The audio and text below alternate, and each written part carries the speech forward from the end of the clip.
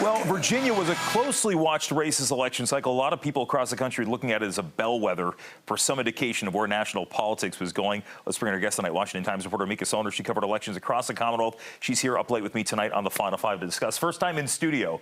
We met you through the magic of Zoom, and now here we are. Yeah, I'm excited to be here, and I'm excited to talk about elections. So you were up late, as many people were last night, watching all these returns come in. And you know, Virginia, we had these closely watched congressional races where you had Democrats carry them all. I don't think, I guess that in and of itself was a surprise based on what the national climate has been. Yeah, absolutely. You know, Republicans heavily targeted all the Virginia swing districts. We saw Jennifer Wexton, Abigail Spanberger, and Elaine Luria. Elaine Luria was the only seat that they were able to flip with Jen Kiggins. Down in Virginia Beach. Yes. And, you know, Spanberger was a heavy target. They tried to tie her to defund the police and inflation and crime, a lot of the national topics that they were talking about. And she was able to pull it out against her challenger, Yesli Vega. And same with Wexton, who won, you know, close race against Hung Cao, another Republican, you know, on the rise, you know, Vietnamese immigrant.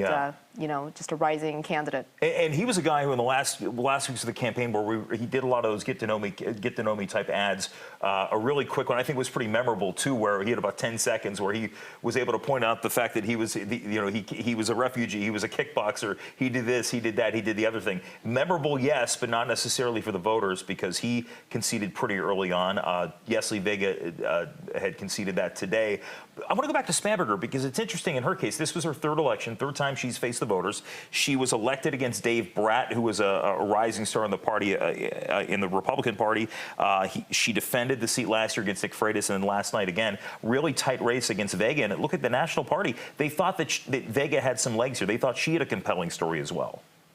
Yeah, that's true. She, you know, was a Hispanic, you know, woman, and she would have, you know, helped with the Republicans' party to diversify the push. She also helped with Governor Youngkin's Latino outreach last year in the governor's race. So she, you know, was already on the rise of a winning campaign and kind of tried to ride on some of the things that he ran on: education, crime, you know, economy, some of these kitchen table issues. So, yeah, I think it was a disappointing loss for Republicans who were really trying to take out Spanberger in a very close race. Well, especially too, and you mentioned Governor Youngkin, because here's a guy who it's crazy when you think about the national climate and the election climate. He's only been there a year. He's only been in office for just about a year at this point because he was just elected last year. But when you look at where he's been, his star has risen considerably in the Republican Party. That's true, and that's why we're seeing Governor Youngkin going out in other states and campaigning on behalf of other candidates, and we're seeing him trying to help Republicans.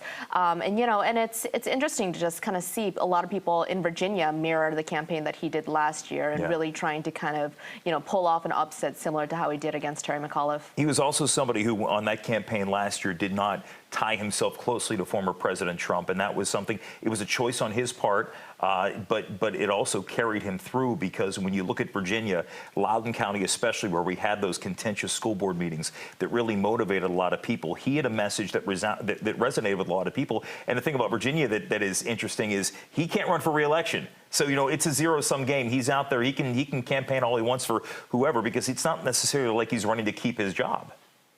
Yeah, and a lot of people even see him as a potential 2024 candidate. That, you know, he hasn't commented on that. But, yeah, I mean, I think it's really interesting to see his rise, and clearly the influence isn't really working, and him distancing from Trump, you know, may have helped him in Virginia. I know a lot of Republicans are already pointing fingers at, you know, maybe Trump's influence. The candidate that he backed did not do as well in this election as expected.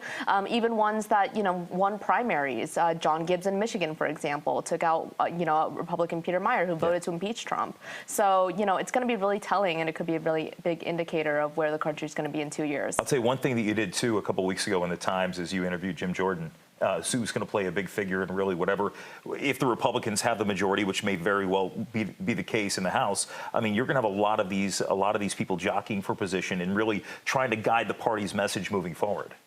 Yeah, that's true. And, you know, Jim Jordan's going to be leading all these investigations in judiciary, and that may be, you know, one of the ways that Republicans can really capitalize on a narrow majority, you know, if they're not able to get the advances that they're able to in the House, which it doesn't look like it's going to right now. So, you know, we'll have to kind of see what they're able to do. I'll tell you what's interesting, though, when you look at just the national picture here, and this, again, why they hold elections in the first place, because there's so many places and so many races where you just know it's a gone foregone conclusion. Democrats will win this district, Republicans will win that. But in Virginia, it seems like it's anybody's guess, election cycle to election cycle.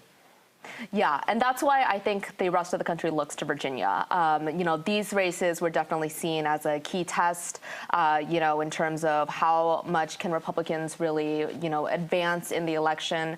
And it's just, you know, it's really telling of where people are in the national atmosphere. Yeah. And I think that, you know, it just fell short of expectations. Mica Soellner, good to see you. Thanks for coming in tonight. Thank you. And the Final Five is back right after this.